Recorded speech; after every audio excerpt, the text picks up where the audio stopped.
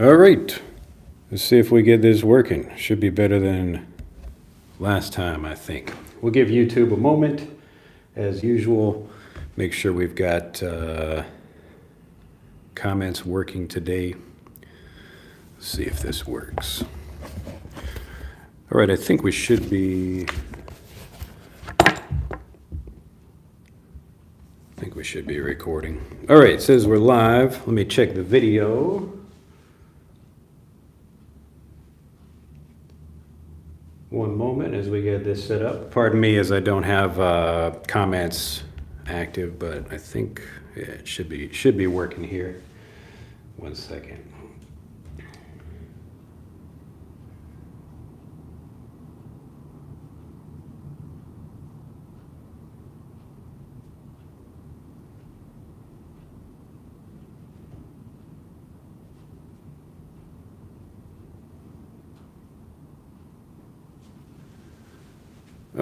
All right, look at that. Nice to see comments working. I'll just keep focusing on those, but nice to see everybody here.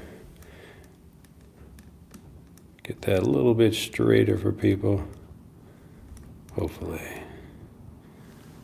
All right, I think that looks pretty good. All right, I am Drew Badger, the founder of EnglishAnyone.com. Welcome to another live video here on YouTube.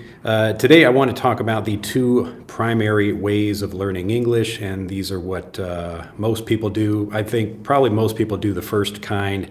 I'll talk about the second one as well. Longtime followers of my channel will probably know where I'm going with this, but if you are new, welcome. I think you'll really enjoy this video, especially if you have been learning English for a long time, but you still struggle to express yourself.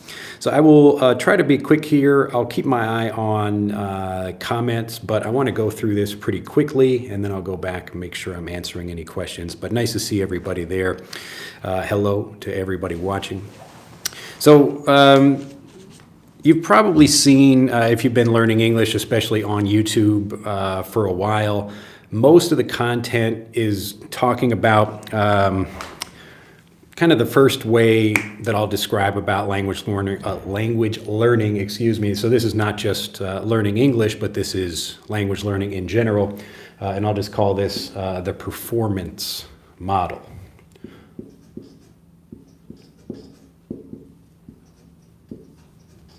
So performance, meaning this is what you do, you try speaking, and hopefully over time you become a more confident speaker. And this seems like a very reasonable thing to do. And again, I won't even say this is wrong, this is not what I focus on, but this is what most people do. And I want to compare both of these models over here. So just to talk about performance, basically what most people assume is you're going to learn something. Maybe you don't understand it perfectly, but you get out, you try to speak.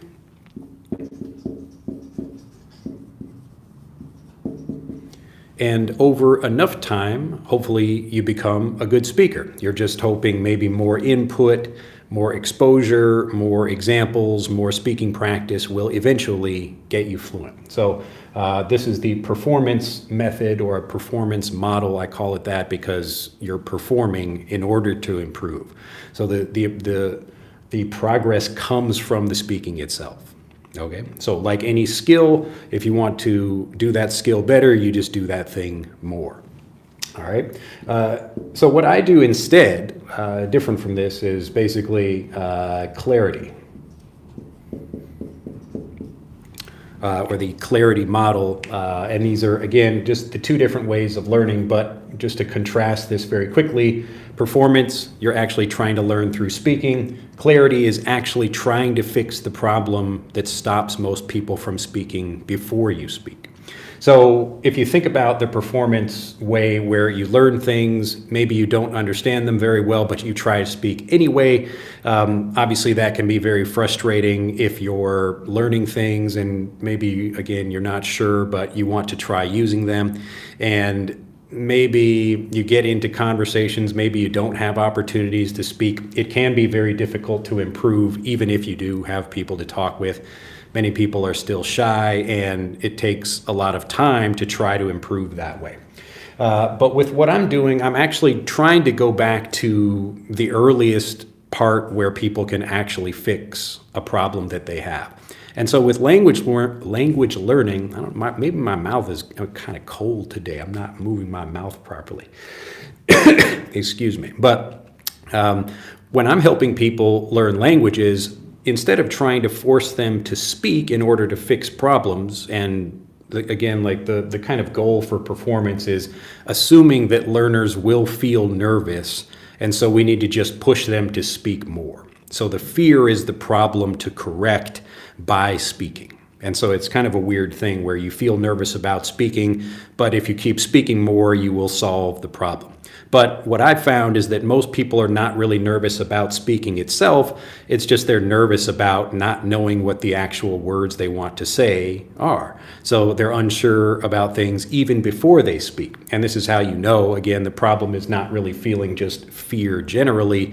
It's whether you feel sure about your words or not, even before you have anyone to speak with. So if you've ever been by yourself and you're thinking, what is the word here? I'm trying to write something, or I'm thinking to myself or talking to myself, and I have any doubts about using a preposition or a verb or phrasal verb or whatever the example is, if I'm unsure about something, that will just stop me from using it. And this is a very practical issue of just not really knowing the language as well as I think I do.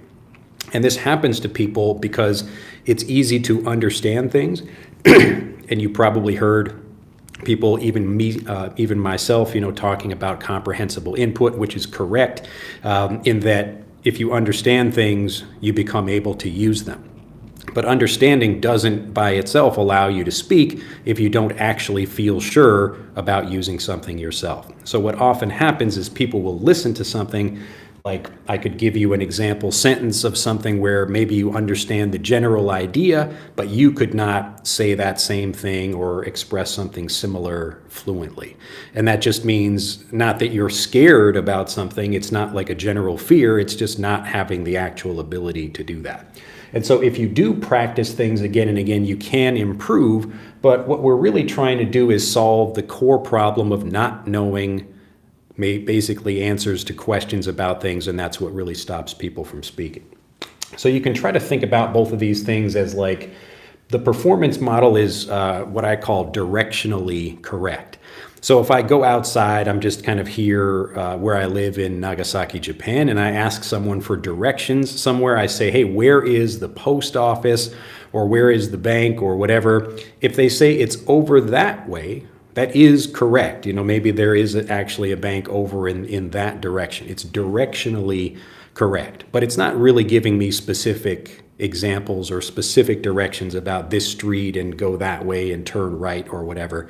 So something can be directionally correct, like the performance model, but not be very efficient at getting people fluent. So for example, even if you think this is the best way to learn something, if you don't have people to practice speaking with, it's going to be very difficult for you to continue learning. So you can't really improve if you don't have people to speak with, because speaking is the kind of core idea, the core driver of that way of learning. So the next thing, again, I'll give you one more quick example here, making sure people really understand this idea. But I could also say, for example, like imagine I have my backyard here. So this is my house over here, and this is my backyard, and I tell people that there is some gold buried here. So I've got some gold buried somewhere in my backyard. And if you find the gold, I'm happy to give it to you. I don't know where it is exactly, but I'll give you a shovel and you can start digging and looking for the gold. So what happens is you basically just have to guess. So maybe the gold is over here and you start digging, or here or here or here. Maybe you get lucky and you find it quickly, or maybe you don't get lucky and you keep digging and digging and digging, and eventually you should find the gold, because there is gold here somewhere, and this is obviously not just an infinite space. So you should be able to find a place where the gold is located. I actually remember a digging game like this in a game I used to play called, it was an old Legend of Zelda game many years ago when I was a kid. and this was a game called A Link to the Past, and they had a little mini game, so a game inside the game, where you have to dig for a heart container. So anybody who knows what this is, it's like a piece of a heart that makes your life better. And so you go into this area and you just start digging as fast as you can. Maybe you get lucky, maybe you do not. So this is not really a strategy for trying to get fluent. It certainly can work, just like you can find the gold eventually. But again, just because something is directionally correct doesn't mean it's going to be the best path forward. All right. So when we're talking about clarity, the example here would be me actually giving you a map and saying, look, the gold is right here. Here is a shovel, and like here's exactly how to dig it up, and there you go. So it's not pure, no work at all, but it's a lot easier when you know exactly what you're digging for. So in the case of, again, performance, people often feel like they're guessing. They try different methods. They don't really know what's working and what's not, because how are you supposed to know? You just start speaking, and what you're really doing is trying to eliminate fear. So the problem generally that you're trying to solve is, I feel unsure, or I feel fear in conversations. But with clarity, what we're looking at is the problem is not just feeling fear generally. The problem is you're unsure about specific things. So if you have a question about how to use a word, or you don't actually understand what other people are saying to you, then that's just like an actual physical problem that's very easy to solve. All right, let me go back and check comments. I want to make sure we're still flowing over here. But I think the video should be playing properly. Let's go to live over here, see if we're working. I think we are, though. All right, and chat is working as well, I think. All right, we are. So let me go back, see if anybody had any questions here. So first of all, again, pardon me as I don't read the handle names, because it's all just one long thing. So I apologize in advance if I'm missing any of that. But nice to see everybody. Some good hellos there. Tom, morning, Drew. Morning, everyone. Please download Frederick right now. So Tom is telling people to download Frederick. I'll just give people a very quick example from that app. So when people talk about learning pronunciation, for example, if you just hear random sounds from a teacher explaining something, like I just want you to repeat after me, I'll say some words and then you try to repeat them after me, it can help you. And again, it's like performance way of understanding what sounds are, but the clarity model of understanding how sounds work is actually comparing different sounds. And this is why Tom is recommending this app called Frederick, where you get clarity even before you speak. So you're trying to learn the sounds and understand spellings and how they work by comparing things, and that helps your brain get clarity about the sounds before you try to use them. So again, if we can help you understand something, I'll give you a quick example of this.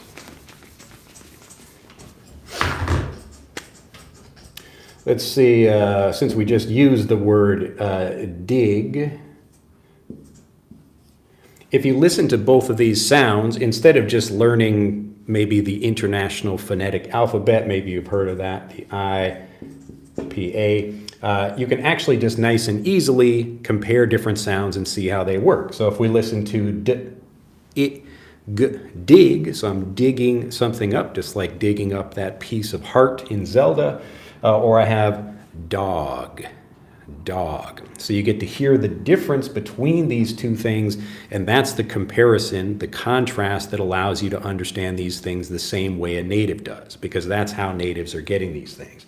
So we want to be able to speak. The goal is the same goal of performance, but the basic idea is that instead of trying to force yourself to push through something where, like, if you don't remember a word well enough, I'm just going to keep repeating it until I hopefully figure it out.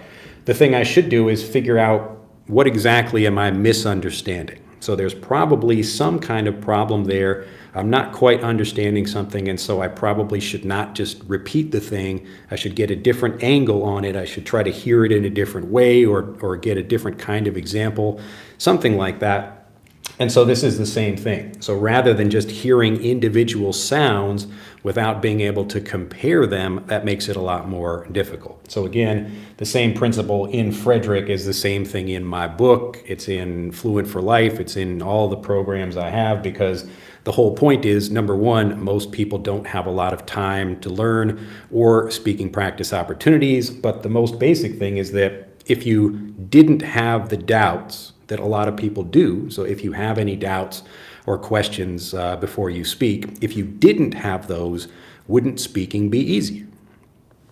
All right, so it's not about like power through the fear or just get out and speak and try to be brave and be courageous. You can do that, but you don't have to do that. And most people don't know this is an option, and that's why I make my videos and do the things I do, just showing people that you don't have to get out and force yourself to speak. If you actually remove the block that's stopping you, then speaking happens automatically, okay? So remember, the trick here is that this is not just about understanding something better, because you can understand what I say without being able to speak like I do.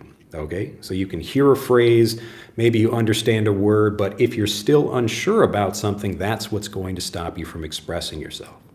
Okay, all right, let me see, I'll go back here, and if anybody has more questions, but you'll notice here, if I get any questions at all that are asking me about the language or how something works or whatever, that's really just making this point for me that clarity is the real issue. So people are not here, like usually people learning with my videos are here because they don't understand something.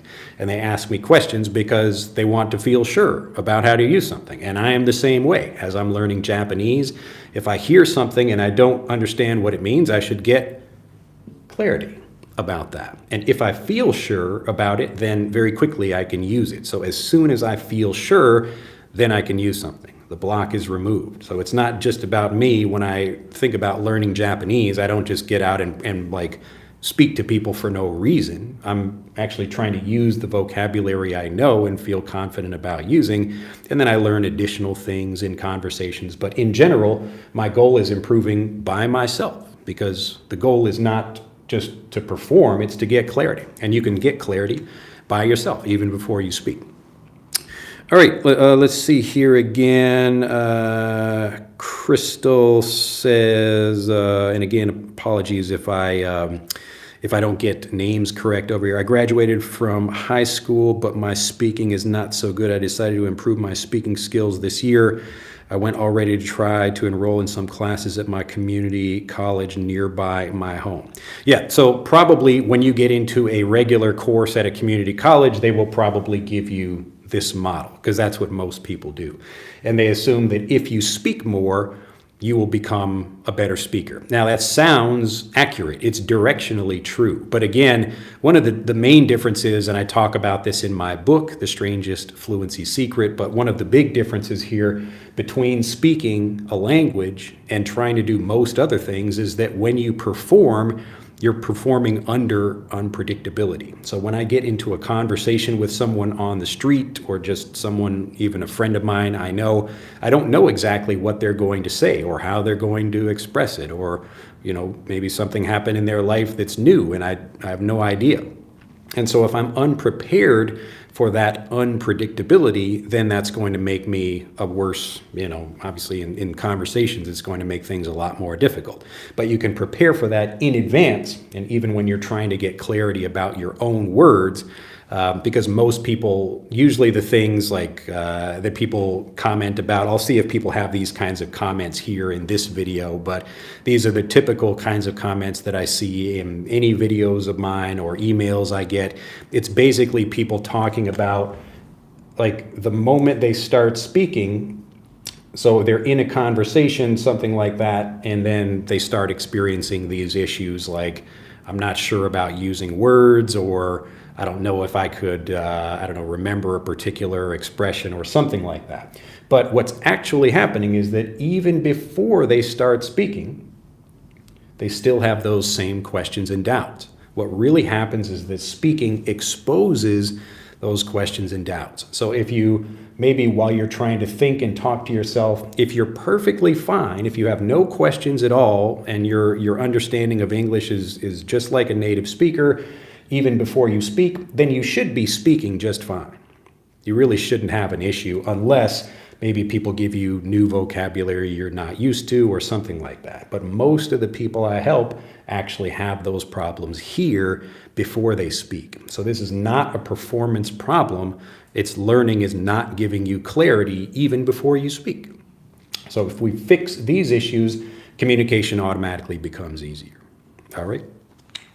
So yes, when you get into like taking classes in a school, something like that, it will probably be more like this. You will get some examples and you will know if this is working or not because you should feel sure, you should have clarity before you speak. So if a teacher is explaining something to you, but you're still unsure about using it, make sure you get that clarity. Because if you get into a conversation and try to use that, you're just going to feel nervous about it. All right, so fix the problem before you speak, and then you don't have to worry about issues like fear or lack of confidence or anything like that in a conversation. Performance becomes easy if you have clarity.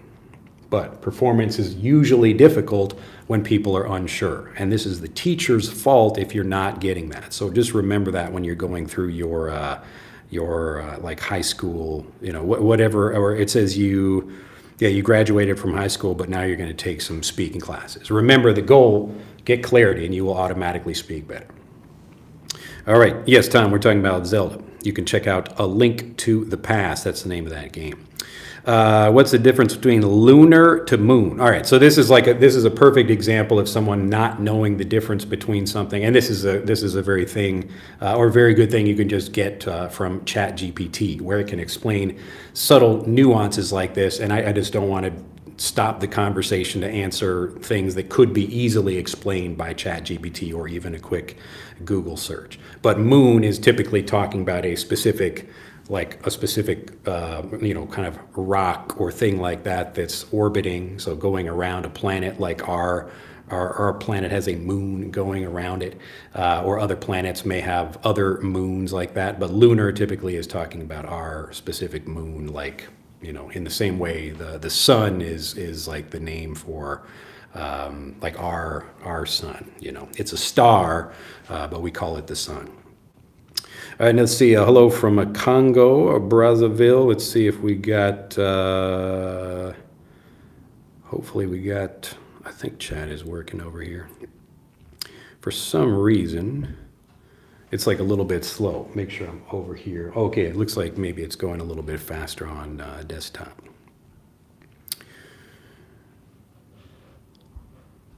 All right. So hello from Congo, and then Andre Felix says hello, and Gaber says, hey, I noticed you have some eye bags. Why is that? Well, I don't know, because I'm getting old, I guess.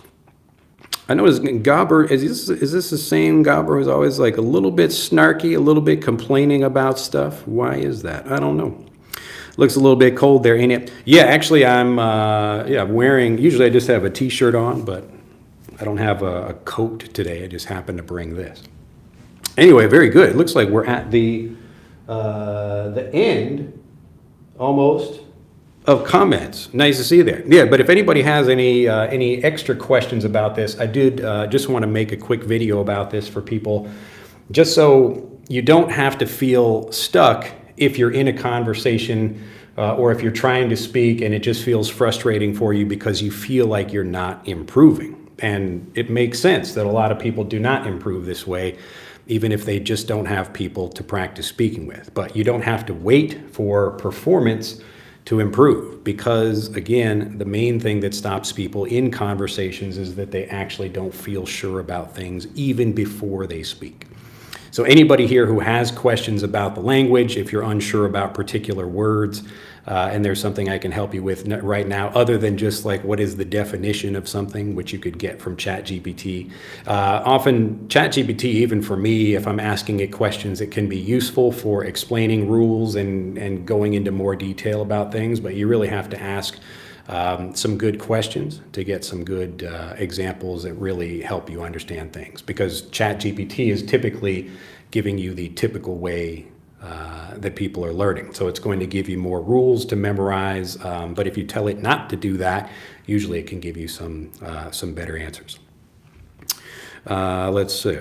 I am from Hungary in Europe. Okay, welcome to the program. Yes, I think I remember you from a last time, but if you have a question where I can help you with something, let me know.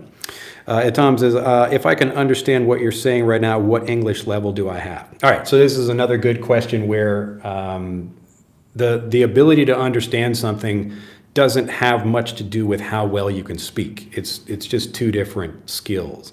And again, like I can, we can look at this in a couple of different ways, actually. So the first one is, let's say you can understand a teacher speaking clearly. And so I say like, my name is X. So if I give you a nice, slow, clear, my name is X, and you can understand what I'm saying here, then it doesn't mean you're a good speaker or a bad speaker. It's just, can you understand what I'm saying at a slow, clear level or not? Now, in a regular conversation, people typically do not speak like that. So they don't say, my name is X, like my name is Tom, or my name is Sally, or something like that. You might hear people actually using those, like, my name's Tom, my name's Tom, my name's Tom. And so this is different from a conversational example like this in a textbook. And it's easy to see why people would give you those examples. They're trying to teach you the language, but it might not really prepare you to speak. So even if you can understand me, that doesn't mean you would be good at understanding even regular native speakers or being able to speak yourself. So the only thing that really matters is not even how much you can understand from other people, but how sure do you feel about using your own words. So again, the thing people are often asking, like this same kind of question here, if I understand you, what is my level? It's like, it doesn't really matter what I say your level is. It's just when you are in a conversation, and if the conversation is the thing you have to do. So if you only have to just listen to English teachers and you don't have to use the language or whatever, then probably your level is fine. But if you can understand me but not understand natives, then that's a problem if you need to speak. If you don't need to speak, maybe it doesn't matter. But again, that's really up to you. This is why I don't worry about various levels for trying to rank people or try to give people examples of how they might sound just by like understanding me. But again, the key here is whether you feel sure about using your words in conversations or not. And the nice thing is that if you're using the clarity model, like what I talk about in The Strangest Fluency Secret, and that's the book, you can click on the link in the description below this video to get, but that is really explaining how you can become sure before you speak, because if you feel sure about your words, you'll use them. Okay, so again, even if you're like trying to understand people like you can understand me, you should still get lots of examples of native speakers saying things, because that will improve your understanding. It will also improve your ability to speak. But again, you can do that even before you have any conversations. Okay, so anybody who will tell you what your like speaking level is, it's just, it's basically impossible to judge, especially like this from just a YouTube comment. All right. Let's see. Tom says, mine is basic. Manuel says, hi from Nicaragua. I would think we would master the clarity method to be able to speak with different English speakers. They have very different ways to express the same fact. Yeah. So again, what we're trying to do is prepare. There are two basic problems people have in communication. So problem, we've got 1 and 2 over here. We'll have problem A and problem B over here, just to make sure this is easy to understand. Problem A is basically uncertainty. So you are uncertain about your own words. So uncertain about your words. Make sure that fits over there. Yeah, I think so. So if you are in a conversation and you're not sure about using something, you are going to struggle to say it. Basically, you lack clarity. So you are uncertain about what you want to say. And again, as I mentioned, you can still feel those same issues even before you speak. So we know this is not a performance problem. It's not a speaking problem. It's actually before you speak. So if you notice those things while you think to yourself, talk to yourself, try writing something in English.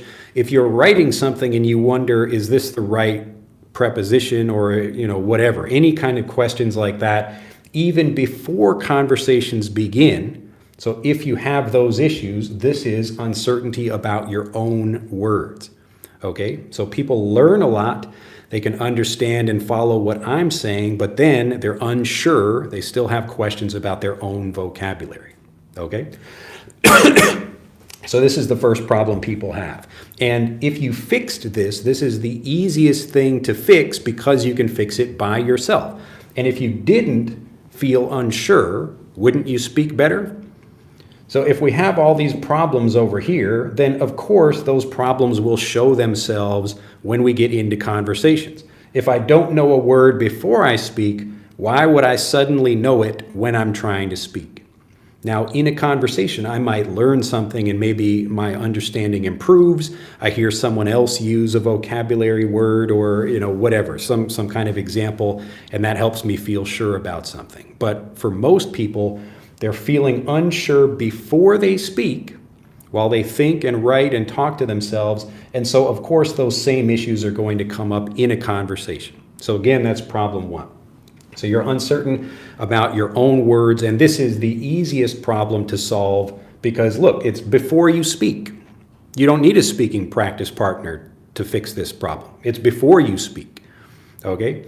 So the idea of having speaking practice partners is like, of course, anything could potentially get better, maybe, if you speak. And it's like, people basically just hope and think maybe if I wait, if I keep getting more input, I keep getting more exposure and more practice, eventually I will speak. And maybe that's true. It might happen like that. But for many people, they're doing this for years and years and they still don't make any progress speaking because they still have these issues over here. So again, this is just issue number one. The second part, this is the unpredictability. So if you don't know, like we'll just say unexpected. And this is the unpredictability of real communication. So even if you have no issues with your own vocabulary, you can get into a conversation and still be unprepared for what other people will say. So maybe you know a word very well, your teacher says it clearly, you get into a conversation and then suddenly, these people are speaking to me and I don't understand what they're saying. Maybe they have a different accent or they're not using the words that my teacher used to explain something. So I remember coming to Japan and I remember learning how to say good morning, like ohayo gozaimasu. I would practice that, ohayo gozaimasu. And then I get into a conversation with people and they just say us or something else. And I think, wait a minute, that wasn't in the textbook. I don't remember that. But I'm not really trying to memorize specific things. What I really want to know is what people actually say when they talk with each other. And so again, this is the basic problem of the uncertainty you have. So it feels like a speaking issue, like, oh no, I'm in a conversation and now I can't remember my words. But you probably have those same issues before you speak. Most of the people I help do. So it would be a very rare thing if someone was completely fine by themselves and then only just nervous about, I don't know, maybe public speaking or something like that. They had a separate kind of psychological issue, or they were also just not prepared for the unexpected. Now, what's nice about the clarity model is that we can actually prepare for both of these things before we speak. It's very easy to do that. You won't be 100% prepared, but since you can do it by yourself, we can actually prepare. We can make sure we feel certain about our own words, and we can make sure we're reasonably well prepared for the unpredictable things we will experience. It's very easy to do that.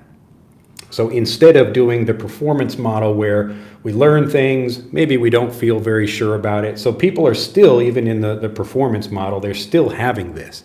But they're thinking, okay, I have all these problems, but maybe if I keep speaking enough, they will go away.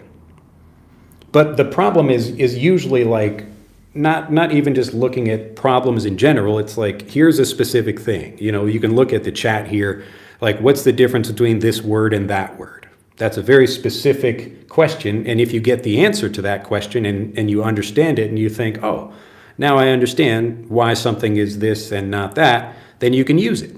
So right then, you know, even if you'd been struggling or not understanding something for years, when you finally get it, then you can use it. It's that quick. As soon as you get that connection. As soon as you have clarity, everything else becomes easier. Okay? So remember, when we're talking about the things that you can actually do, the easiest thing is preparing just by actually feeling sure about your own words. And this is not meaning that you should go back and spend a whole bunch of time reviewing things or doing things that are like the typical way you would learn. I'm talking about actually getting clarity about something. So we'll see if I have some specific examples of other things people are interested in here. But that's the basic idea. So if you're unsure about something, whether it's, you know, your own words or you just feel unprepared for how other people will talk and you don't know what they're going to talk about or how they will speak or whatever, those are things you can prepare for in advance before you speak. All right, let me know if this makes sense. Hopefully it does. All right, again, we got combat history. Can anyone who is not a native speaker master English and speak it exactly like a native that no one can notice he is not native? Yeah, sure. I mean, if you think about what a native speaker is, nobody is born native. And I talk about this in my book as well. Nobody is just born native. It's just two different ways of how people learn the language. So natives are really trying to do kind of this method. Like it seems like that's what they're doing. But actually, what natives are doing is they're really getting a lot of clarity, but they just have so much time and so much exposure that, of course, they're going to get fluent, you know, with enough of that exposure. But they can actually do that much more efficiently, and that's what I talk about in my book. So the goal is really to learn like a native and to get that clarity so you feel sure about using your words. And we know natives are learning this way because they often can't explain grammar rules. They don't know the names of grammar points. If I talk to anybody, like typically my own family, friends, I say, hey, what is a phrasal verb? And people would have no idea what I'm talking about because it doesn't matter if they know what the term is or not. But they can use a phrasal verb like stand up and sit down and go around and go through all those different things. So the point is how we can get clarity, and people look at natives as like there's like something like the soul of a person is native or not, and that's just not true. It's how do you learn the language versus how do you learn the language the kind of typical way that people do. And so, yes, it would certainly be possible. And again, it's more depending on how quickly you can do this, because the goal is not just to spend time, but to get that clarity as quickly as possible. If you can get clarity quickly, you can start speaking more like a native much faster. All right, so inglês fácil says, sometimes I heard people that mumble, so that's like you're not speaking clearly, words, even they are natives, regionalism or bad pronunciation habits is a problem for non-natives to learn by hearing them. Yes, and so this is why we need to be strategic in how we get examples. So for example, if I hear one clear person, or even if I don't have a clear example, I should read maybe some subtitles or something so I know the actual words the person is saying. Like there is a movie, maybe you've heard of this movie called Snatch. And in that movie, it's a British movie, and Brad Pitt, the actor, he's playing a character that doesn't really speak very clearly. And so people keep asking him what he's saying, you know. But even native speakers can have that issue if someone is speaking a different dialect or whatever. There are lots of issues like that. Again, that's part of the unpredictability or the unexpected that might happen in a conversation. So even if you know a word, people might mumble or they might express it differently or whatever. The pronunciation can be a little bit different. And so how do we deal with that? What we want to do is try to get different examples of how people would be speaking about something. So for example, I could hear a word spoken by different people. I could hear different people talking about the same idea. So even if it's not a specific sentence, I can hear different people, like, let's say I watch a video about how to tie my shoes in English. Now I could watch a Australian English version or British English, and even within Australia or Britain, you will find different examples of that.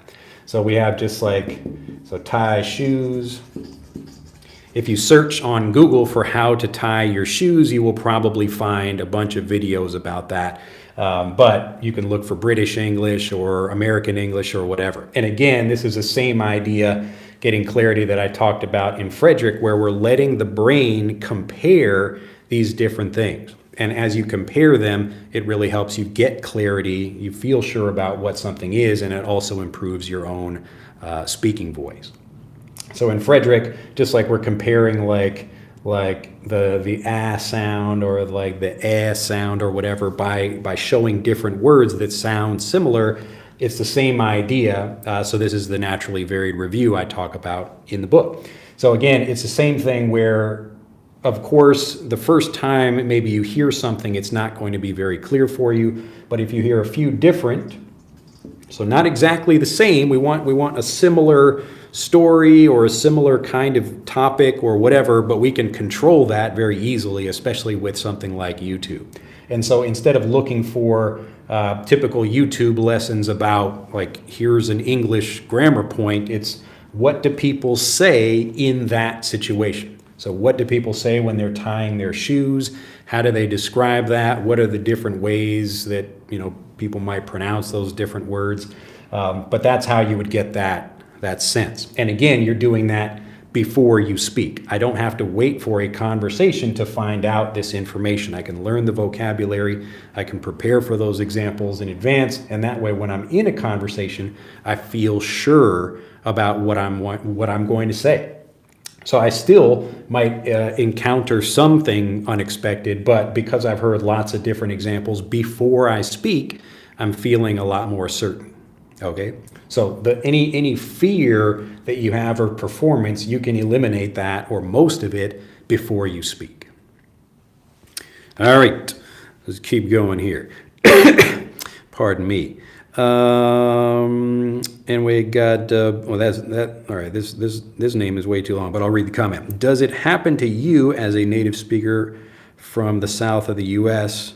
That you find it hard to get other native speakers from other places in the U.S. because they use indirect English, like too idiomatic? Also, I'm from Chicago. It maybe sounds like I have kind of a southern accent. I get that from people. Sometimes they think I'm from Texas or something like that. But yes, so even in conversations, like, I can know English very well, but still be unprepared for some new vocabulary. But that's not a fluency issue. That's just I didn't know that vocabulary or that dialect or whatever. So yeah, that happens. Like, you can go even in, different friend groups in the same city can use different vocabulary for things. You have like the in language and the out language that everybody uses.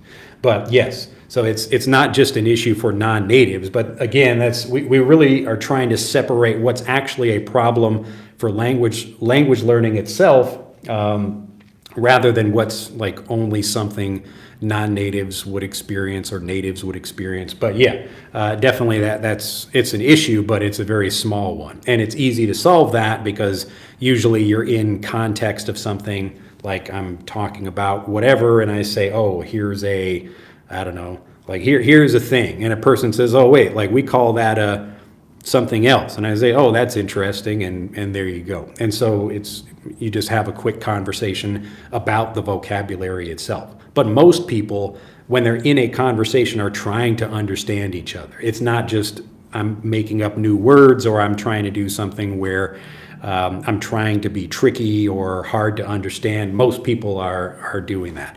What you might experience is if, like, let's say I go to a different part of Japan, like a different rural area, like a countryside area of Japan. So where I live in Nagasaki, they have a different dialect than other places. And so I might be a little bit confused at first. I hear people talking to each other. I get maybe the general idea, but I recognize that there are some different patterns in how they speak. And that's understandable. But again, that's not like a language learning issue, like a fluency issue, because I'm not unsure or I'm not clear about something. It's just new vocabulary or a new way of speaking. And now my brain is processing that information and it's saying, oh, in this place, people speak it a little bit differently. And there you go. So it's not like a really complicated thing to deal with. All right, Manuel says, thank you for your explanation. Next, Jacko says, what do you think about imitating and shadowing? So again, this is like more of a performance kind of thing where you're trying to listen to other people and repeat after them. And I think that's useful to do. Again, most people, when they're talking about methods, I think I talked about this in last week's video, but you can imagine this like a target, like you're shooting arrows or bullets or something at the target. Methods are usually around here. So it doesn't matter what you think. It's like people could ask me, Drew, what do you think about shadowing? What do I think about listening? What do I think about reading comic books? What do I think about whatever? All of those things can be fine. Again, they are directionally correct. It's like if you read more, would you become a better speaker? Probably. And the reason is because you would understand more vocabulary over time. It's directionally correct. Like, yes, the post office is somewhere over there. But what you're really looking for is here in the middle, and that's certainty. And so this means you might be kind of listening to someone and maybe the kind of question you're trying to answer is, how do I pronounce this? But if I shadow somebody else, maybe like even if you're listening to my speech or some other teacher in a classroom, whatever, it doesn't matter. If you only listen to one person, then that's going to limit your ability to prepare for a wide range of people. So shadowing can be useful. You might want to combine that with something like this, where I'm seeing different people describe things, and I'm trying to shadow all of those different examples if I want to do that. But yeah, so you could read a book and get some clarity. You could shadow and get some clarity. You could, whatever the thing is. But often people do things and they don't feel sure. That's the problem. So you could be trying to shadow someone, but maybe you still don't understand why they're using a particular expression. Maybe you don't get that question answered.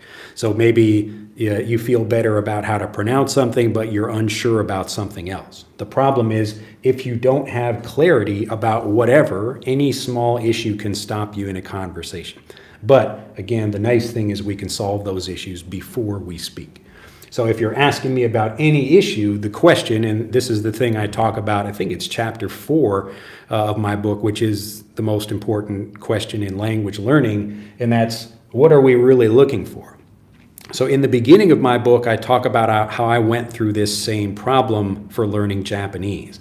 There are all these different methods, and even more of them now. So when I started learning Japanese 20 years ago, I came to Japan in 2003. It's now 2026. And we didn't have YouTube then. I could only just go to the library or get textbooks or some things. Like we did have the internet. I'm not that old, but we were learning things and you could get information, but there's way less than there is now. And so when you're thinking about different ways of learning, and now you have even more. So you've got AI, like I saw an ad on YouTube for, it's like a speaking correction app. I don't know, people can let me know if you use any of these things. I don't use any of them to learn Japanese, but maybe they're helpful. Let me know if they are. But this was an example of like a student says, I want job. And then the AI will correct them and say, oh, you mean I want a job? And the student says, yes, like I want a job. Now that is a way to learn through performance. And so people like designing AI programs like that, they think, okay, students expect to improve via performance, and so we're going to make an app for them that improves via performance. And maybe it helps you understand something, maybe it gives you clarity, maybe it doesn't, but the assumption, the idea is that if you keep getting enough corrections, you will feel good over time. Like, I don't teach that way, because if you feel incorrect about something, I didn't explain it very well. So that's my fault as a teacher for leaving you with incorrect ways of speaking or uncertainty about grammar or whatever the thing is. So I want to make sure learners feel sure before they speak. Okay, so it's just another way of practicing. But again, all of these things are just different ways of doing something that might work, and maybe they might not. That's the problem. Again, like the gold example I talked about earlier, if I tell someone, hey, I have like some gold buried in my backyard. If you find the gold, you can keep it, but I'm not going to tell you where it is because I don't remember. So if you take the time and dig everywhere, maybe you get lucky, maybe you don't. And so this is why sometimes methods can work and sometimes they don't. Like, I could read a story, so people think, oh, stories are the way you should learn a language. But maybe I read a story and I don't actually understand something, and so I can't use it. So was it the story that helped me, or the clarity I got or did not get from the story? And so we're trying to get people to focus more on the real target over here. And clarity is the thing that happens, or you could get it from performance. So when people try speaking and they're practicing again and again, they may get clarity about things. Like, if you've ever been in a conversation and you understand something, you hear a person using a new phrase and you learn, oh, like, this means I can, here's a new phrase and I understand that. You just got clarity in the conversation, but it's probably from someone else speaking. It's very rare for you to say something and get clarity from that. So you can get clarity from conversations, but typically that's coming from other people saying things to you that help you understand something better.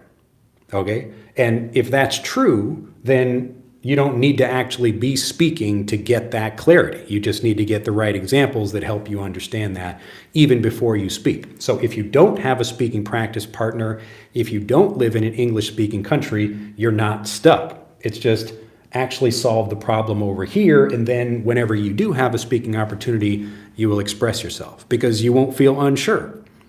All right? So anytime you're speaking, if you feel unsure during the conversation or you feel unsure even before, then that means learning is not solving that for you. And if learning is not solving that, you basically have two choices. The first one is just try to keep speaking if you have the opportunities, and hopefully you fix those issues, or you just learn so that you're not left with those kinds of questions. All right? So remember, the question is not what method, it's does this give me clarity or not? Is this removing the uncertainty I feel? And so we want to be very specific. I don't need to dig everywhere in the yard. If I have a map of where the gold is, then I know to dig in that one spot and go get the gold nice and easily. Okay? So if you feel sure about your words, then you speak better. Why wouldn't you? Of course you would. All right. Let's see here. Konnichiwa, happy fasting forever. Happy fasting. I'm not fasting over here. Are you fasting? Let me know. Jackal says, do Americans automatically speak English correctly? No. I mean, I know a lot of people who do say incorrect words or use grammar incorrectly, you know. And sometimes incorrect grammar is actually what's normally used. So I might say, there's two cats over there instead of there are two cats, just because it's faster and most people understand what I'm saying. So there are even examples of incorrect but commonly used vocabulary or, whatever grammar constructions. Hello, what is need for having knowledge of English by proficiency level? Thanks. What do you mean? Like, if the only reason to worry about a specific proficiency level is if you have a test or a job requirement or something like that. So it's not about me telling you what's useful. It's for your life. What do you need? And some people, like for me, I don't need to pass a particular Japanese test where I live, but the important thing in my life is, can I walk around and talk with people, and can I order a pizza over the phone if I want to do that, or can I, get a bus ticket or something, all of those kind of regular things. Can I go to the dentist? Like I went to the dentist, when did I go? Like a couple days ago. And so I'm just sitting and talking with the staff and the dentist and things like that. And so if I can't do that, that's a problem for me. I'm not really worried about specific like levels of progression, like I'm practicing for a test or something. It just depends on what you need for your life. All right, Hans says, how can adults absorb, acquire, and immerse in English all day, every day, like American children? Well, again, you would surround yourself with English, but my point is not to just randomly get input. It would be being specific about that. So just like I talk about in the book, I explain exactly how to do this. But this is basically structured immersion where the goal is getting clarity. So I don't just learn English generally. I want to know the answers to specific questions, like how to talk about this, or I don't know, maybe when people are describing X thing, what kind of vocabulary do they use? Or I don't quite understand this grammar point, or something like that. So I'm looking for specific answers to those things rather than just kind of general immersion. So general immersion works in the same way performance does, where it's like, if I just expose myself to enough English, I'm sure over enough period of time, I will probably become better at speaking. But what's really happening is that you're spending time, and within that period of time, you have moments where you become clear about something. So you spend some time watching a TV show, maybe you don't understand all of it, but you learn one new phrase where you think, I got that one. Now I can use that. And you feel clear about it because you can say that thing. And so this is what people are after. Again, like immersion, you can think about that as just another method that is like a thing you can do. Like I could write in a journal all day, I could listen to things, I could watch lots of movies or talk to other people. Those are all different things I can do. But the question is, as I do that activity, do I become more clear about English, and do I feel more sure about using it or not? And for most people, that's really the only important question. So if you're in a conversation and you don't really feel like you understand things and you're just saying the same vocabulary that you already know already, you're not really improving, go back before conversations and actually start improving in a systematic way. So we want to get as much clarity as we can as quickly as we can. So it's not like going to a 1-hour lesson and then you finish that lesson and you feel like you didn't improve at all because you still don't understand something. So if I watch a YouTube video for learning Japanese or whatever, like let's say I start learning, Turkish as an example, and I start watching some YouTube video about that. If I watch the whole thing, I might be maybe getting some input about that, but if I have no idea what people are saying, or even if I do, if I don't feel sure about using that thing, I'm still stuck. So I'm still unsure. So the goal is to get that clarity. It's just most people, when they think they're doing performance, they don't realize that's really what's happening. You're trying to speak more and more, and hopefully you become more fluent. But fluent really just means you're able to use the language without thinking about it, and that happens when you feel sure about using it. Now, this doesn't mean you have to know all the rules, just like native speakers don't know all the rules of the language. They just feel sure about what they're saying. All right? So remember, the goal is like take anything you want to do. If you say, Drew, how should I spend my day learning English? What I do for learning Japanese is I know the goal is not just spending more time doing that thing.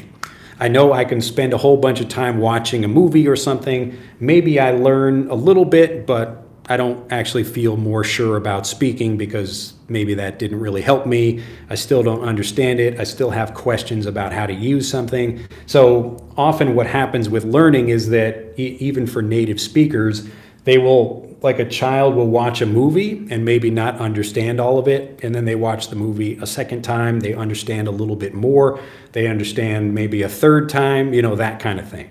And so as they go through those different examples, maybe they will feel more sure about using the language if they get enough examples of it. But again, we don't want to trust guessing or hoping or praying or waiting and maybe I get enough exposure. If we're specific about what we want, and that's why me as a teacher, I spend a lot of time in these YouTube videos explaining about learning itself because most people are still doing this and wondering why they're stuck.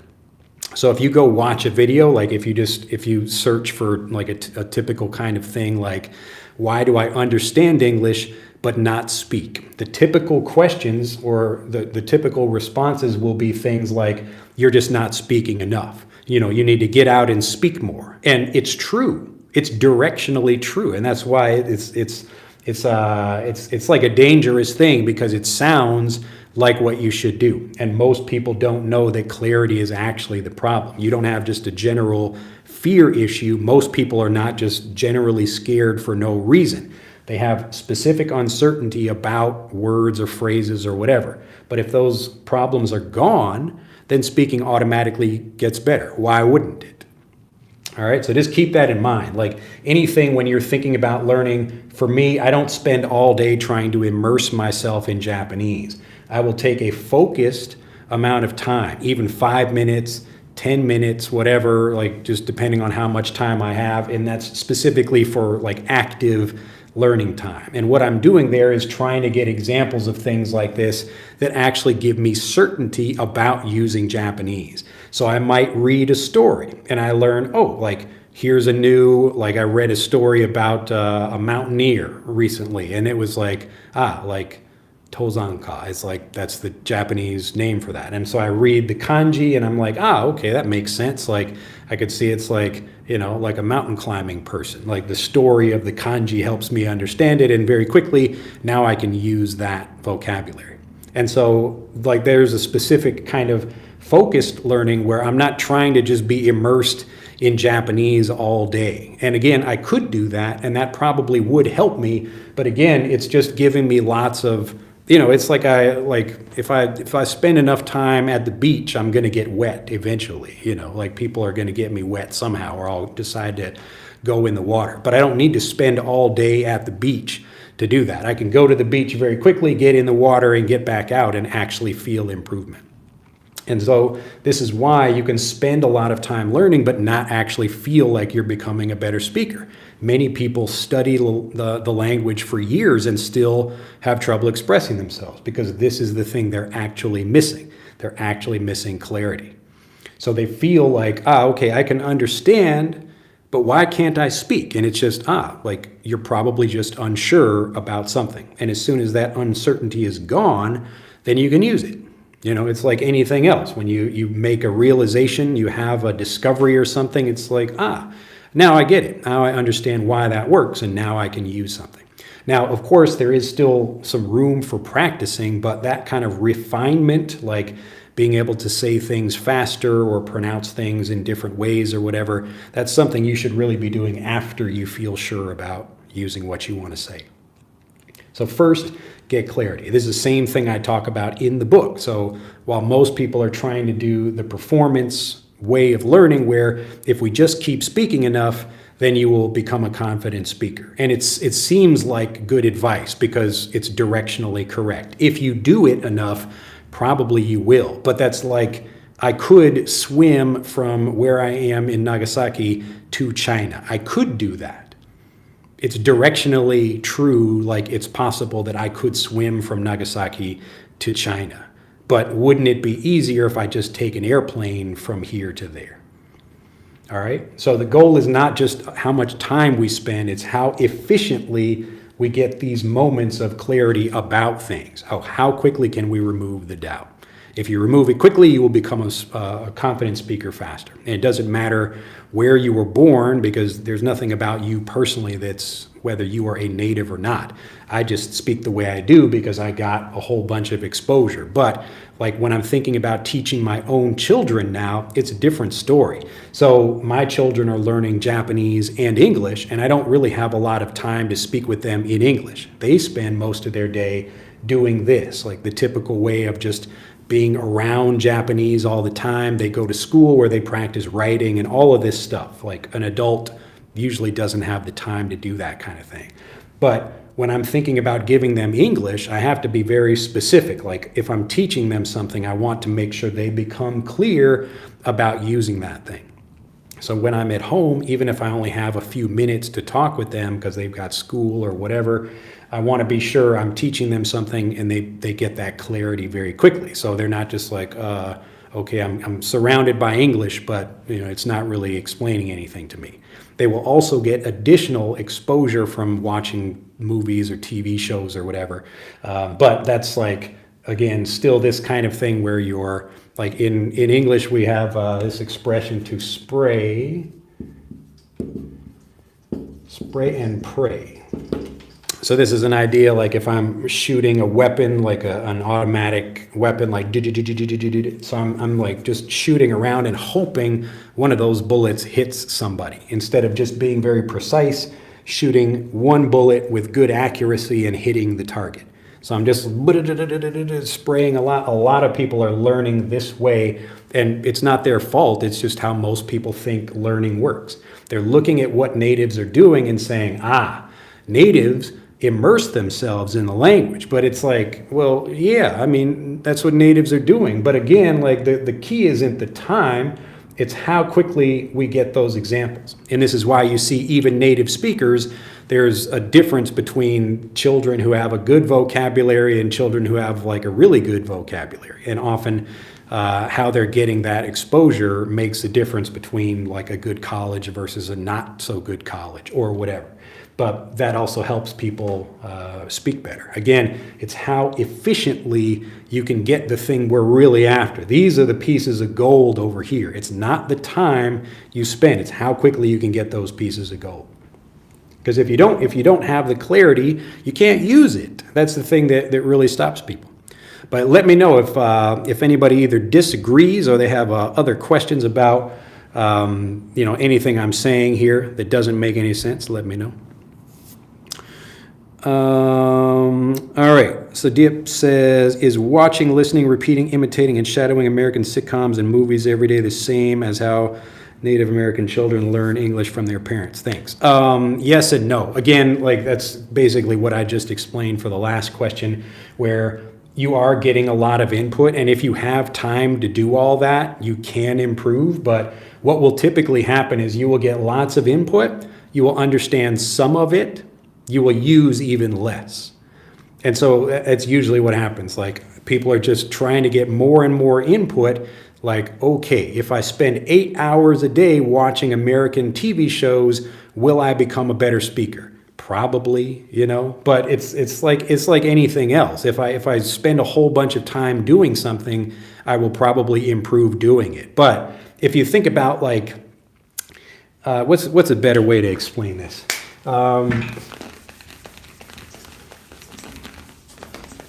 This idea of efficiency is really important, and you can see this like around in your life. Let's say there's a group of people, and they just live on some group of land, and they start making some buildings. And it's a very small town. You only have a few people there. So the first generation, we'll just call this 1G, the first generation of people there, they build some small houses. And maybe as they're building those things, they learn a little bit more about building. People make different discoveries. And so generation 2, now they can make like, even taller buildings or something like that.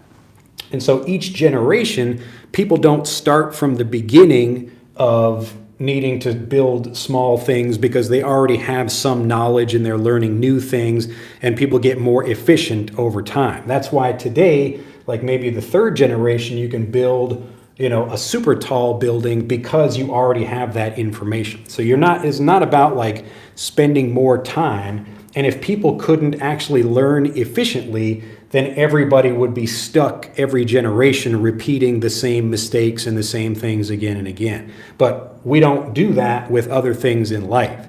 But in language learning, a lot of people get stuck because they're still trying to kind of learn everything instead of being more efficient with how quickly they can learn the language. And so you should be over here. You should be able to learn something very quickly because we know what we need. We know we need clarity. And there really isn't, it's not difficult to get because you don't have to wait for a speaking partner. So yes, if you want to spend your time doing stuff, you can do that. So you will spend like this much time learning. You will understand, I don't know, like let's say you understand that much. And then maybe you become able to speak that much. Maybe. I don't know. It depends on what you're watching. But just this is why people can understand a lot of information but not speak. They're still unsure about things.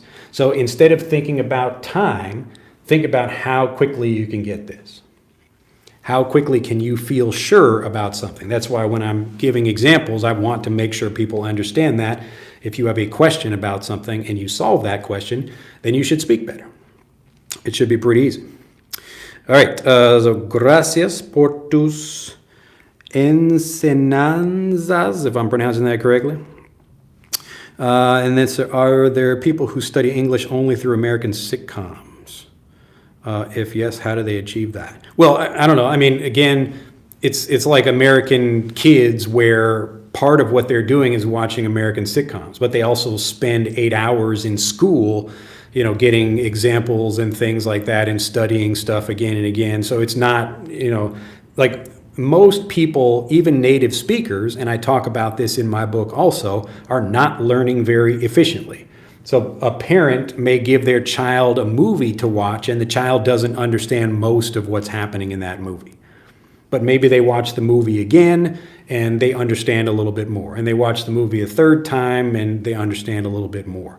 And again, it's like people are looking at native speakers like, wow, it's a native speaker. But it's not like they did a lot of hard work to do that. It was just so much time and so much exposure, and most people are not very efficient about how they learn. And I can see it everywhere because I know how to teach. I can see like what parents are giving good explanations to their children that actually help the child understand something.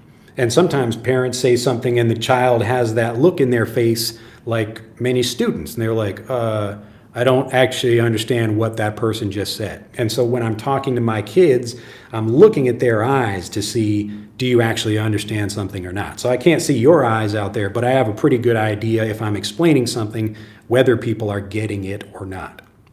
But again, don't look at native speakers as what you should do because, like either you don't have the time to do that anyway, or you don't have a parent or somebody to sit and explain stuff to you if you don't get it. Maybe you can just ask ChatGPT, like, hey, I saw this video and I did this or whatever, but that can be a pretty long and frustrating way to learn. All right. So again, don't think about time, but if you're interested in watching American sitcoms or whatever, like enjoy that. And some learning doesn't need to be active, trying to make sure you understand everything, kind of studying. Sometimes I just watch a movie in Japanese and I don't really care if I understand all of it. It's like, I'm learning some new things. Maybe I don't care, but that's not the goal. I just want to understand something. Like I'll go watch a movie with my kids or something. But even if I don't know every word, I can understand most of it. And I'm just like, okay, like I learned something new. But I don't care about efficiency there. That's not the goal. So which is best for imitation and shadowing, American sitcoms or movies? The reason I don't really recommend either of those things, again, you can watch that if you're trying to do it, is like you should be thinking about a smaller, easier thing for your brain to process, like a 5-minute YouTube video or less, rather than a longer thing like a 28-minute or a 2-hour movie. Because most people, like, you're not going to sit there and watch a whole movie and then watch the whole movie again.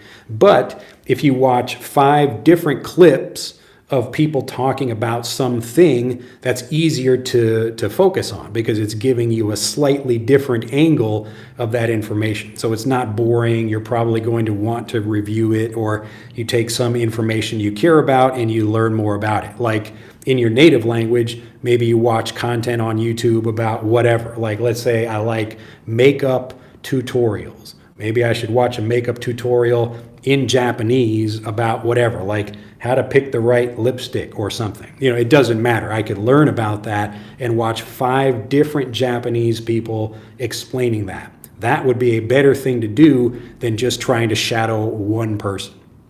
So you can do that if you want. But remember, as I drew it up here, the idea is not a particular method. It's, are you getting clarity or not? And this is the thing you should be feeling in conversations. If you feel sure about using something, then the process is working. If it's not working, then you will feel unsure in your conversations.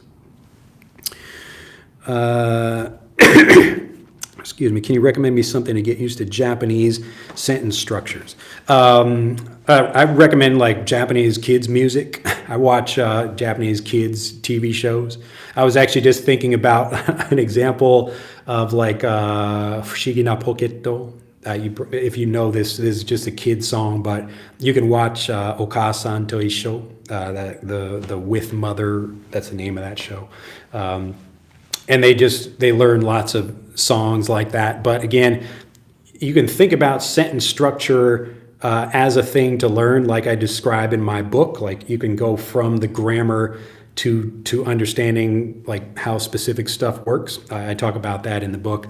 But also it's easier to think about it as, in this situation, what do people say? So you're learning from situations like when you give someone to something, you see people giving a present or whatever, what do they say?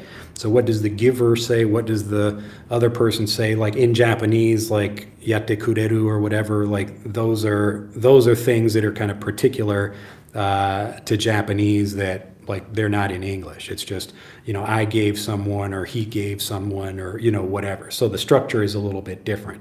But I don't try to study it independently of seeing how it works in real conversations, because that's how a native would do it. But again, the thing is, I'm not trying to learn inefficiently like a native. I want to be like a native, but an efficient native. So if I don't know how people do something, I should see a couple of different examples of that. And shorter content is better, especially because I can find natural examples of things. But it's certainly fine to watch movies and TV shows. But I think, like, if people are asking me questions like, Drew, should I do this method or whatever? If you're already doing that thing and it's working for you, then keep doing it. But if it's not working for you, then stop doing it. So you don't really need to ask me if something is going to be beneficial or not, because either it is giving you clarity, either it is allowing you to speak, or it is not. That's basically it. So you can really figure that stuff out for yourself. But in general, the problem is not a particular method. It's just, what is the question you're trying to solve?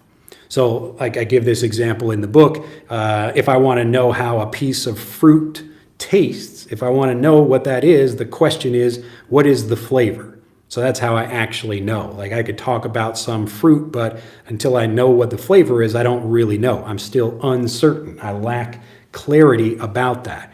So what would be the best way to get clarity for that? Would it be listening to a podcast or watching a TV show or just trying the fruit?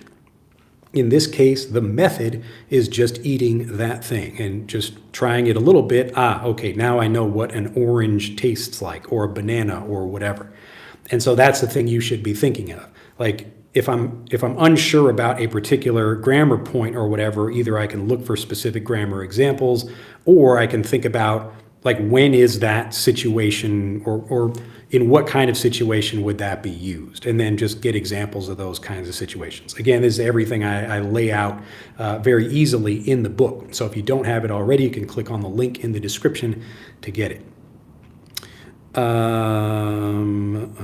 Let's see. I'm from Peru, and Julian says, hello, teacher. And Let's see. David says, as I learn the English, I find that the vocabulary seems to be most important basic part.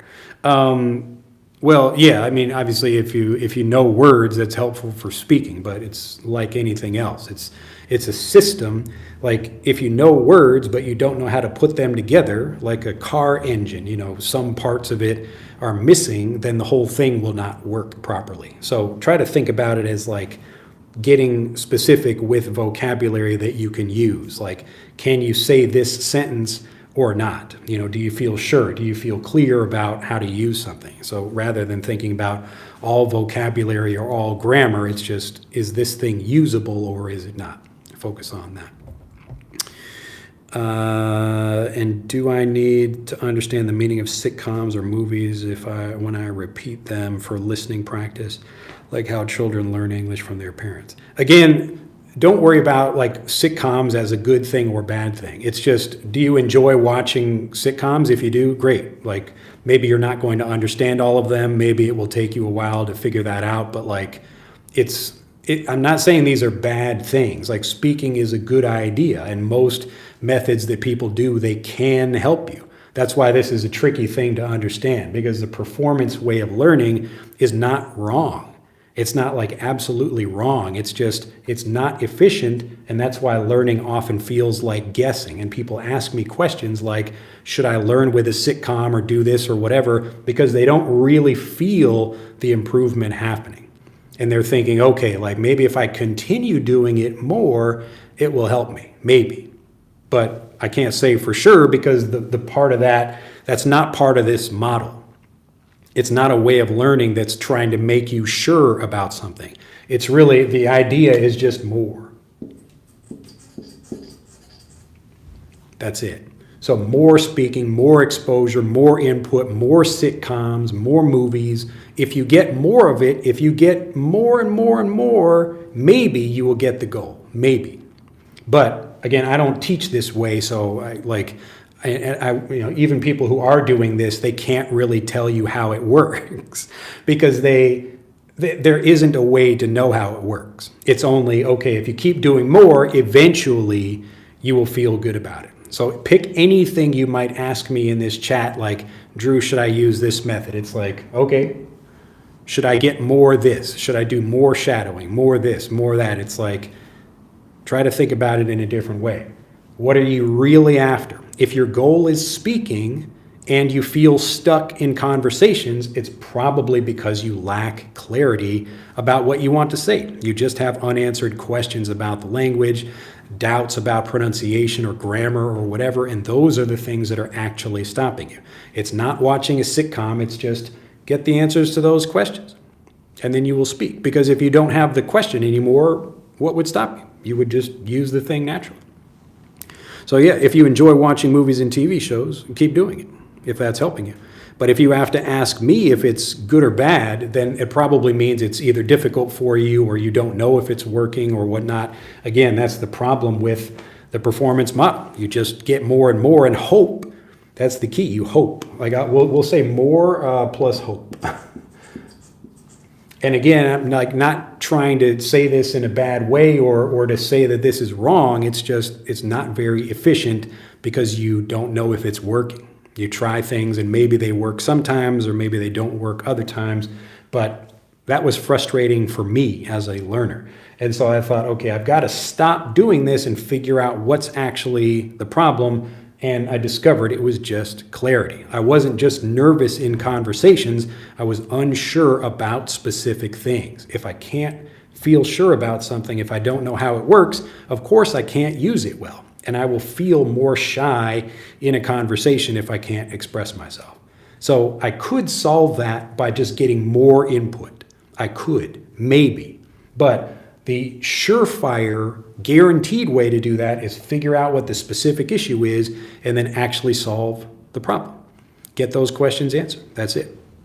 But remember, sometimes like you don't have to be learning with movies and TV shows, learning specifically with it. Sometimes I watch stuff and I don't care about learning anything at all. Maybe I learn something, maybe I don't. It doesn't matter. All right, let's see here. What is the difference between can and can't about pronunciation? And again, this is one of those things that when you see it in a conversation, typically you're looking at how people look, like I can, you can see it, like I'm smiling. A person says, hey, can you come to the party tomorrow? I said, yeah, I can do that. I can do that. Like you can see it in my face. You can hear it in the tone of my voice. It's not just the difference between can and can't. And so if you're listening to things like that, like some quiz of, do you hear the difference between can and can't? It's like, it's not really teaching me anything. It's like if I were to ask a random Japanese person, like what does like hashi? Like I just write some random hiragana on the board like that, and I ask a Japanese person, what does that mean? They're going to look at that and they think like, well, I don't know. Like, do you mean bridge or do you mean edge or chopsticks? What exactly do you mean? I'm not even giving them like the kanji for something. And so the typical kind of learning where people are getting out of context examples of things that could sound more difficult, like I can't do that. I can't. So I'm not saying the T, but you can tell from the tone of my voice, the way I'm speaking, like, no, I can't do that. I can't do that. So it sounds like can, but from all of the other information you're getting, that answers the question. And usually in a regular conversation, people will be clear because that's the whole point. I want to actually communicate something and make sure the message is clear. They want clarity even in regular conversations. So if I'm talking with someone, they ask me, can you do this or not? I can say, yeah, I can do that. I can do that. No, I can't do that. I can't do that. So it might sound different, but they can tell easily which way I'm expressing it. And maybe I can express it a little bit more slowly if I need to, or like pronounce the T. But again, it's like, don't worry about trying to like look at some isolated thing like that where even a native speaker would not know the difference. And if a native speaker couldn't tell, then of course you will have trouble telling as well. Same thing with this example here. It's like, okay, like what does that mean? It could mean different things. I don't know. There's no context. There's no like story here to help me understand what's happening. So don't worry about stuff like that that's like super specific about, here's a very tricky thing about English, and it's actually not very tricky because when you're in a conversation, the context is there to fill in any of those gaps. What did I skip over here?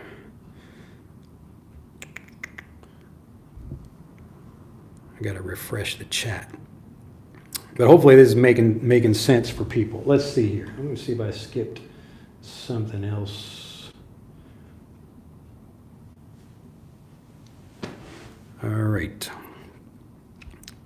I'm going to have to get through this quick. I'm losing my voice again. And of course, I'm taking too long to answer these questions. All right, let's see.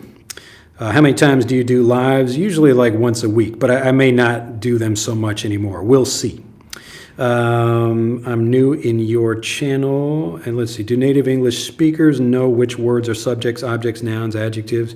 No, a lot of them do not. Yeah, I bet even many native speakers would not know what an adjective is. But does it matter? Not really. If they don't need it to speak, then that's not actually a problem for most people. Only in school do they learn that stuff, and then because it's not really essential for most people, they just don't care about remembering it.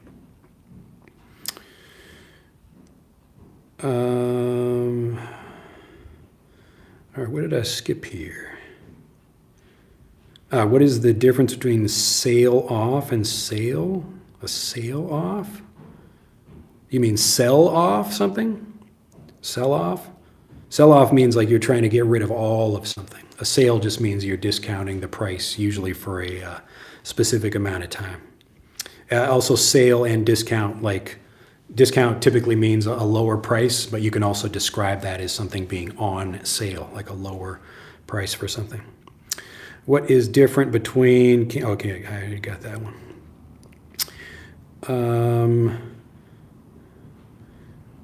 Now, are there two of you? There's a Han Yen 1 and then a Han and Yen. Are you on two different devices?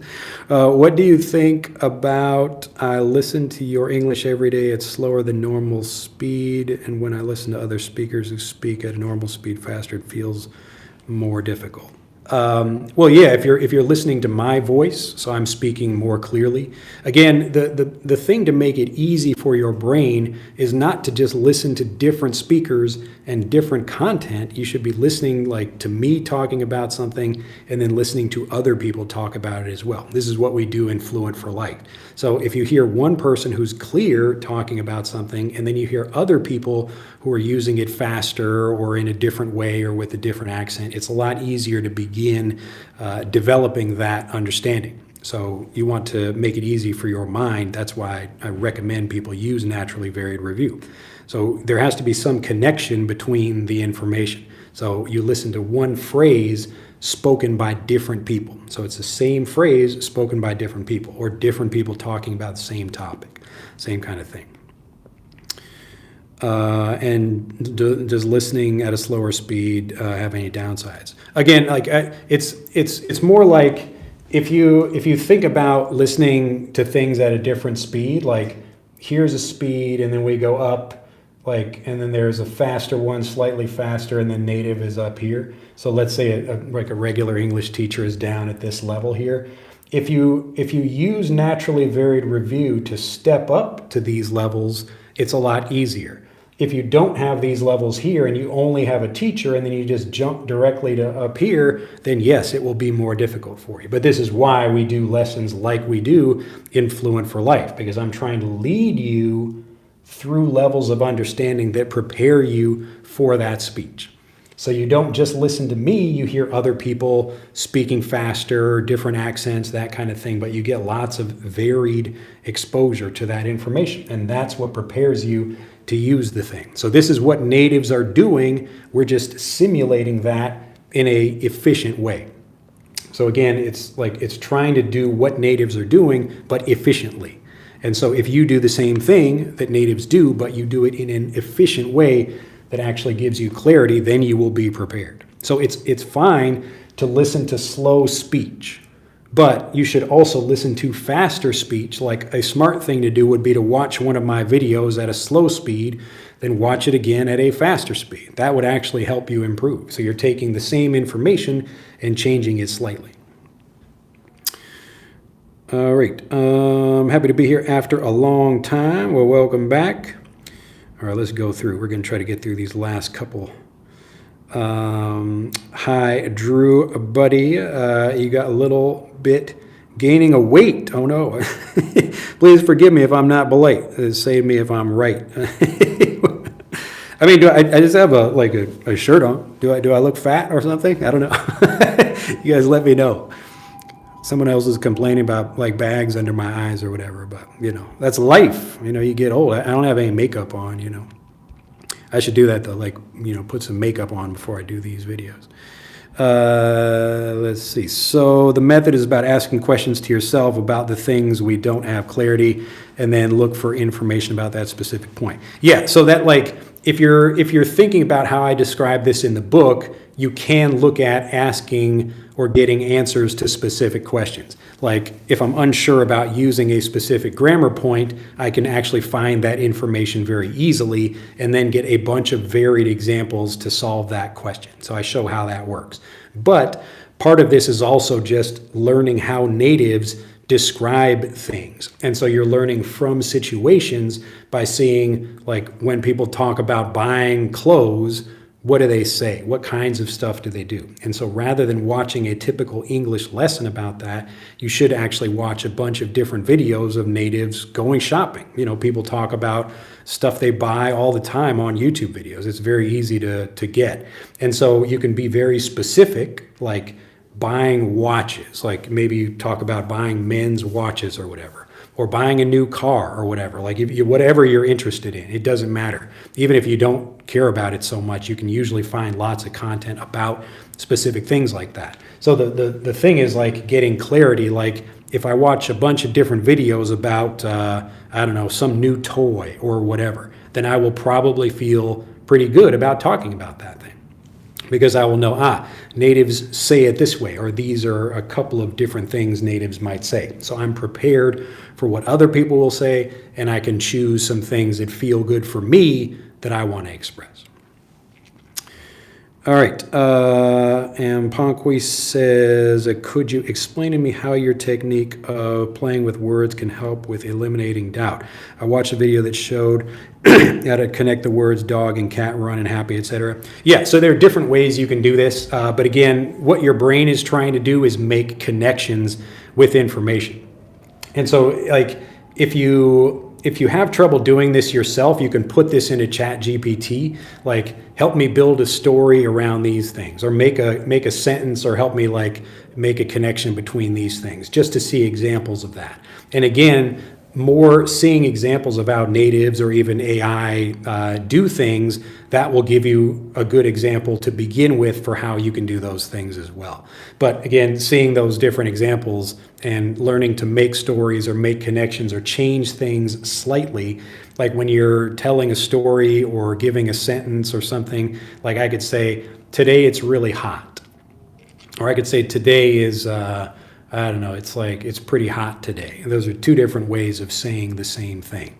But you could get that even from ChatGPT, like, give me 5 different ways to describe being hot or whatever. So when you're playing with words, you can use that just as a way to help you develop like a good sense for making connections between things. So you're not just learning the words themselves, you're trying to build a magnetic vocabulary. So you would see what words usually come after other words and things like that. Have you ever come across idioms that you don't know? If so, what did you do to understand them? Typically, if I have an issue with something like that, it would be just understanding it in context, usually. And there's typically some kind of story. I actually have a prompt for this in my book. So if you're curious about like how exactly this works, what I do for learning, it doesn't matter if it's an idiom or whatever. But if you're curious, typically natives will use idioms and maybe not understand the origin of an idiom, but they still understand how to use it. But yeah, often like people are just either they're understanding from context or they get the story about how it works, like the origin of it, and that's pretty easy to understand.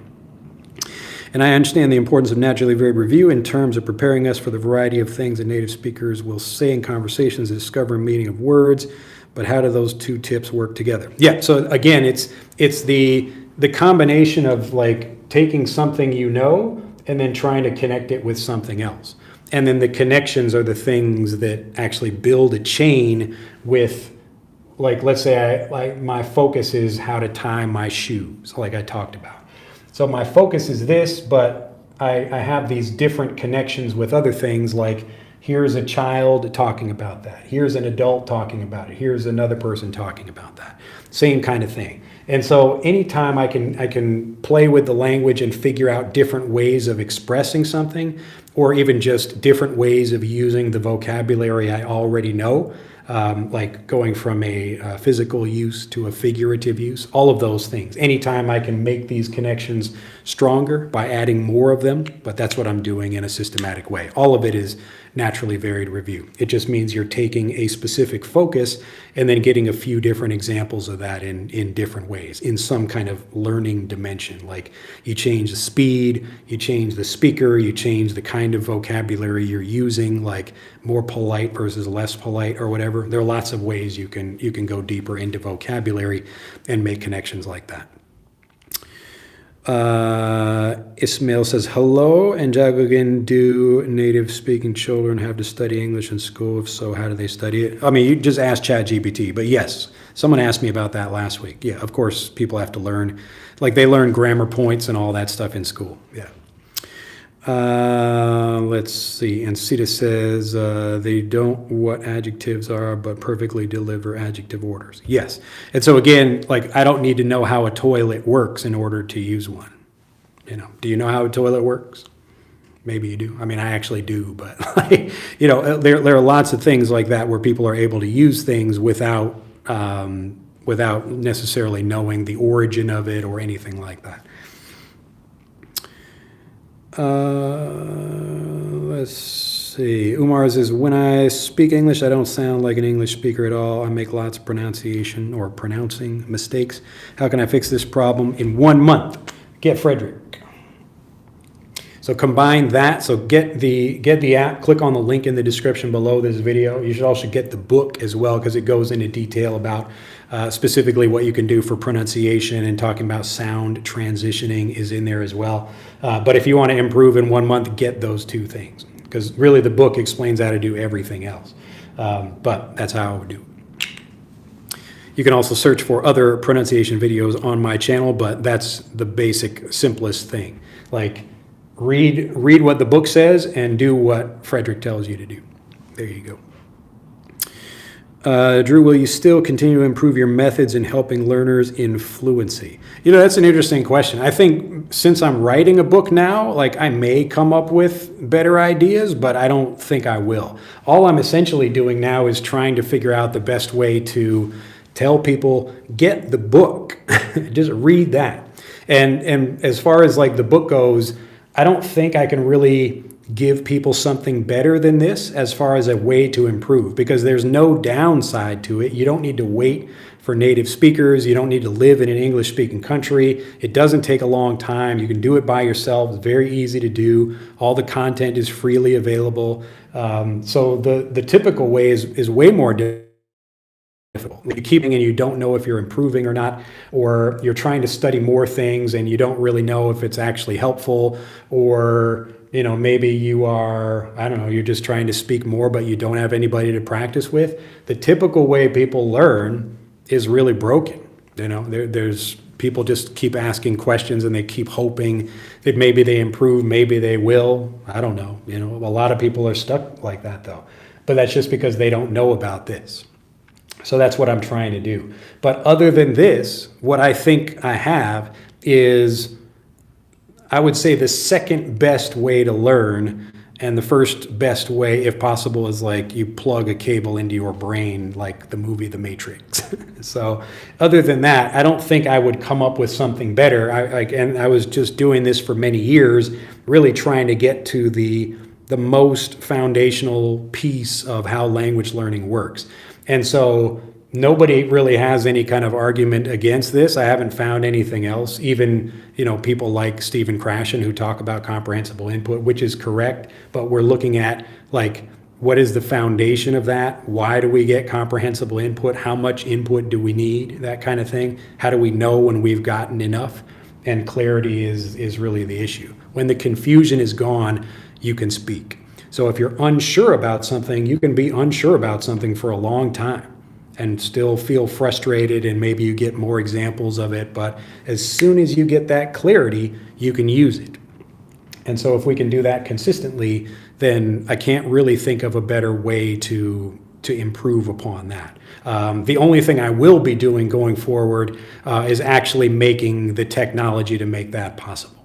So the next app I want to make is like taking this in a like a kind of more like a better direction, especially for like what Frederick does, but kind of the next level above that. So most people actually, like, they don't really have like higher level language learning issues, because if your language is already good enough, you're not really learning the language in a typical way. You're usually just getting content in the language. Like American, you know, people in the United States who already know English, like they're not studying textbooks at home. They're just reading books or watching movies or whatever. So that kind of higher level stuff, we take care of that with Fluent for Life. But Frederick is the most basic. Like, we can start people from zero, and actually you can learn English and actually feel clarity about things. We built the whole app around that. But yeah, I don't know if I would be able to come up with anything better than that, but I don't think I need anything better. Really, my job now is just to tell people that this exists. That's what the book is for. That's why I keep making these videos. And, you know, even if they don't have many views, the ideas are getting out there, and more people are telling me that they are improving and they're doing these things on their own, and they're becoming better speakers.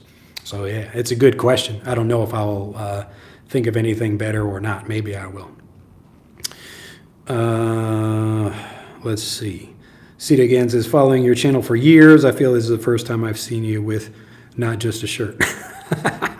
Yeah, I just didn't take it off. I think maybe I'm making people nervous over here. Let me take the shirt off. Everybody sees me in a t-shirt because it's just comfortable, and what I do for the channel is I'm not trying to stand here in a suit and tie and try to make the language like a complex thing. So anyway, let me know if this is helpful for people. Jack says, do you offer in-person classes in Japan and Zoom classes? No, I do not. And the reason I don't is because even if I could help you, and I probably would, it would be way too expensive for people, and it's just not really as efficient as getting the things that I talk about in the book. So you could learn with me and pay a lot of money, or, and I don't offer that anyway, but if I did, it would be way more expensive than anything else available for people learning, because most people are not focusing on clarity. They're just giving more private lessons that are just giving you more information. So basically nobody does what I do in a private way, but you don't have to pay private lessons. Either you get the book and do it yourself, or you get Fluent for Life, and all of that training is already taken care of for you, whether you are learning with me or not.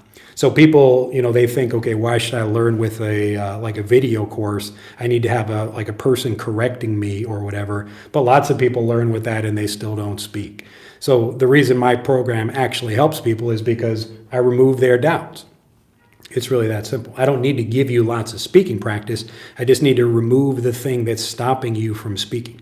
And if you don't have that anymore, you will express yourself. It's that easy. All right, what do you think is the most important thing to do when studying English to become fluent in listening and speaking first? Just getting lots of varied input so you make sure you get clarity. That's the thing. That's it. And this is exactly what I talk about in the book. It's the most important part.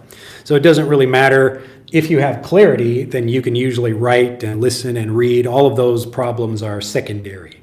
So the first thing is, do you understand something or not? Because if you don't understand it, then you're going to have trouble using it.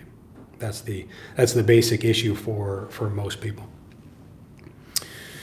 All right, let's see. I think we got maybe a few more, and then hopefully I can rest my voice.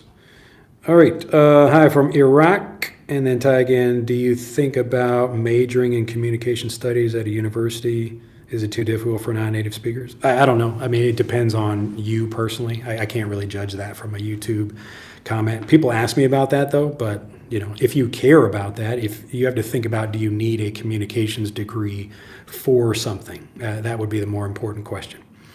What do you think about studying through music? Is it a good way to improve, and what other ways do you recommend to improve pronunciation, speaking skills? Get the book. Do you have the book already? If you do not have the book, all these questions are answered, like what I think about this or that or whatever, but it really helps you understand all those things too.